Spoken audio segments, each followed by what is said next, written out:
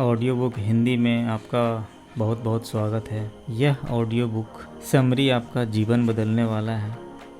इसमें आप अपने जीवन को देखने का नज़रिया बदलने के साथ साथ आप अपने रेक्टिक्यूलर कॉर्टेक्स को कैसे एक्टिवेट करेंगे या जानेंगे आप, जिससे कि किसी भी लक्ष्य को आप आसानी से प्राप्त कर सकते हैं। उसके साथ साथ आपका एक प्रमुख निश्चित उद्देश्य किस तरह से होना चाहिए और कैसे आप उसको टारगेट कर सकते हैं, यह भी आप समझेंगे। और आप यह भी समझेंगे कि किस तरह से उसको अचीव किया जा सकता है, यानी कि उसके को अचीव करने के लिए आपके अंदर क्या क्या एबिलिटी होनी चाहिए। तो यह एक audio book summary Brian Tracy के लिखे बुक लक्ष्य से लिया गया है, जो कि आपके जीवन में बहुत ही बदलाव लेकर आने वाला है। तो लगे रहिए, अंत तक देखिए इस समरी को। और जिन्होंने सब्सक्राइब नहीं किया वो प्लीज़ सब्सक्राइब कर लेंगे। और अभी चलते हैं। नेपोलियन हिल ने एक बार कहा था, इंसान को जीतने के लिए उसमें दो ही गुण होना चाहिए। एक वह है कि एक निश्चित उद्देश्य होना चाहिए और दूसरा यह है कि उसे पाने की ज्वलंत इच्छा होनी चाहिए। साइकोलॉजिस्ट के अनुसार चूँकि आप वही बन जाते हैं जिसके बारे में आप ज़्यादातर वक्त सोचते हैं,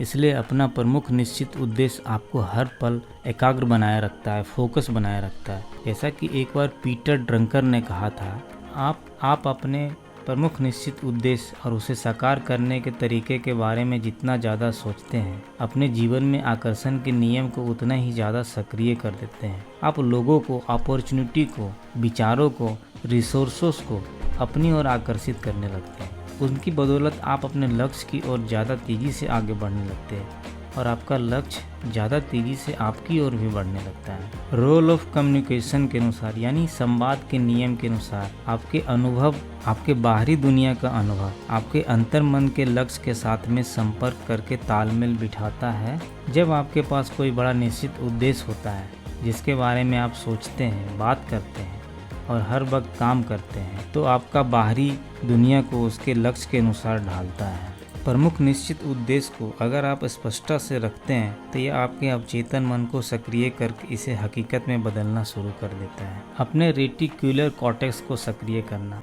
हर इंसान के मस्तिष्क में एक खास अंग होता है जिसको रेटिक्युलर कॉर्टेक्स कहा जाता है।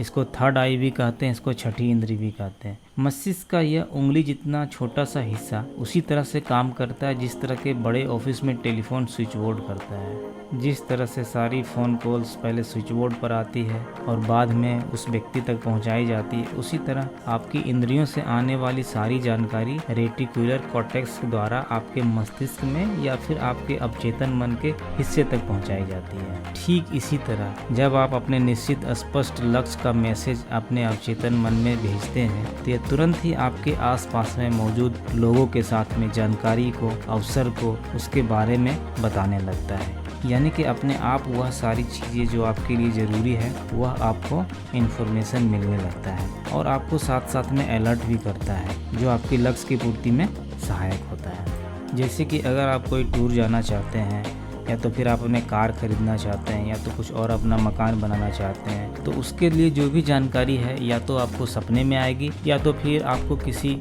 और व्यक्ति के द्वारा सुनाई देने लगेगी या तो फिर आपके छठे मस्तिष्क में अपने आप आने लगेगा।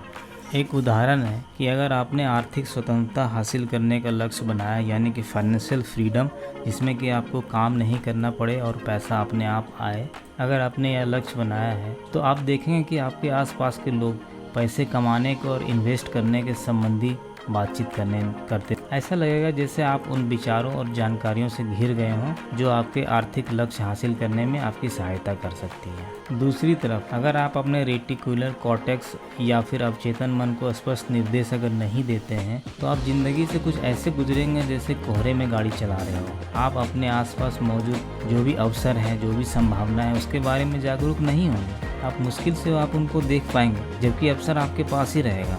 अपना प्रमुख निश्चित उद्देश्य तय करें। प्रमुख निश्चित उद्देश्य की परिभाषा एक ऐसा लक्ष्य है जो इस पल आपके लिए सबसे महत्वपूर्ण होता है। यह आमतौर पर एक बेसिक टारगेट होता है जो कई अन्य लक्ष्य को पाने में आपकी मदद करता है। अब इसमें से जो गुण होने चाहिए आपको नीचे बताया जा रहा है। यह एक ऐसा लक्ष्य होना चाहिए जो आप अपने दिल की गहराइयों से चाहते हैं और मिलने की कल्पना या विचार से ही आप रोमांचित और खुश हो जाते हैं। दूसरा, यह एकदम स्पष्ट और ख़ास होना चाहिए। यह ऐसा होना चाहिए कि इसको शब्दों में व्यक्त किया जा सकता है और इतनी स्पष्टता से लिख जा सके कि कोई बच्चा भी उसको पढ़कर जान जाए कि आप क्या चाहते हैं और आप उसे कब तक हासिल कर पाए हैं और आप उसे अब तक हासिल कर पाए हैं या नहीं। तीसरा, यह नापने योग्य और संख्यात्मक होना चाहिए, मेजरेबल एंड न्यूमेरिकल होना चाहिए। मैं ढेर सारा पैसा कमाना चाहता हूँ, ऐसा कहने के बजाय आप यह कहना बेहतर होगा कि मैं इस तारीख तक 1 लाख रुपए कमाना चाहता हूँ या फिर 2 लाख रुपए कमाना चाहता हूँ। चौथा है, यह विश्वसनीय और संभव होना चाहिए, यानी कि आपका प्रमुख निश्चित उद्देश्य इतना भी बड़ा या मूर्खतापूर्ण नहीं होना चाहिए कि जिसे किसी ने हासिल नहीं किया हो, यानी जिसे हासिल करना नामुमकिन हो। पाँचवा है, आप प्रमुख निश्चित उद्देश्य तक पहुंचने में सफलता की तार्किक संभावना भी होनी चाहिए। शुरुआत में मान लीजिए 50% होना चाहिए। अगर आप पहले कभी अपने प्रमुख उद्देश्य तक नहीं पहुंच पाए हैं तो ऐसा लक्ष्य तय करें जिसमें कि आपकी सफलता की संभावना लगभग 80 से 90% हो, यानी कि इसको आसान रखें शुरू में, बाद में इसको आप बढ़ा सकते हैं और बड़े लक्ष्य तय कर सकते हैं, और इसके साथ साथ इसके बावजूद आप आवश्यक कदम उठाने के लिए प्रेरित हो सकते हैं। लेकिन शुरू में ऐसे लक्ष्य तय करें जो कि विश्वसनीय और संभव हो, जिनमें सफलता की काफ़ी संभावना हो, ताकि आपको शुरू से ही जीत के लिए विश्वास हो। छठा है, आपका प्रमुख निश्चित उद्देश्य बाकी लक्ष्यों के साथ सामंजस्य में होना चाहिए। यानी अगर आपने एक तरफ तो कैरियर में आर्थिक सफलता चाहते हैं, तो दूसरी तरफ आप फुटबॉल खेलना चाहते हैं या क्रिकेट खेलना चाहते हैं, तो दोनों लक्ष्य एक साथ नहीं चल सकते हैं। आपका ऐसा लक्ष्य होना चाहिए जो कि थोड़ा बहुत तालमेल में होना चाहिए। अपने पैर जमीन पर रखें। एक आदमी ने कुछ ऐसी ही गलती की थी। उन्होंने अपना टारगेट को 1 महीने में 1 करोड़ तक कर लिया था, लेकिन उसके हालात ऐसे नहीं थे कि वह 1 करोड़ कमा सकता था। इस कारण से उसके अवचेतन मन को विश्वास ही नहीं हो पा रहा था कि वह 1 करोड़ कमा सकता। उसने इतनी बड़ी टारगेट सेट कर ली थी जिससे उसका रेटिकुलर कॉर्टेक्स ने काम करना ही बंद कर दिया, क्योंकि उसे कोई पॉसिबिलिटी ही नज़र नहीं आ रही है। अब बड़ा सवाल क्या है? बड़ा सवाल यह है कि आप किस एक चीज़ का सपना देखने की हिम्मत करेंगे जो कि आपको पता है कि 100% मिल ही जाए, चाहे छोटा है या बड़ा है, यानी कि आपको पूरी गारंटी है कि आप उसमें सफल हो जाएंगे। तो उसका जवाब लिख लीजिए। लेकिन दूसरा सवाल यह आपको पूछना है कि यह कैसे हासिल होगा। आप कीमत चुकाने के लिए तैयार रहिए। अगर आप किसी निश्चित उद्देश्य को प्राप्त करने के लिए किसी भी कीमत को चुकाने के तैयार हैं, तो दुनिया की कोई ताकत नहीं है कि वह चीज़ आपको पाने से कोई रोक सकता है। कभी भी कोई चीज़ फ्री में नहीं मिलती है, आपको किसी न किसी रूप में उसका मूल्य चुकाना ही पड़ता है, चाहे वो समय का हो, चाहे वो धन का हो, चाहे वो सामान का हो या आपकी मेहनत का हो। अब आप 10 लक्ष्यों का अभ्यास इस तरह से करें जो कि आपको मेन टारगेट हासिल करने के लिए बहुत ही महत्वपूर्ण हो सकता है। यह आपके लिए एक प्रैक्टिस है। एक कागज़ पर 10 ऐसे लक्ष्यों की सूची बनाइए जिसे आप निकट भविष्य में हासिल करना चाहते हैं। उसको प्रेजेंट टेंस में लिखिए, वर्तमान काल में लिखिए, मानो कि आपने उसे पहले से हासिल कर लिया हो। उदाहरण के तौर पर आप यह लिखिए कि मेरा वज़न, अगर आप कोई वज़न घटाना चाहते हैं तो आप वज़न लिखिए कि मेरा वज़न 50 किलो है।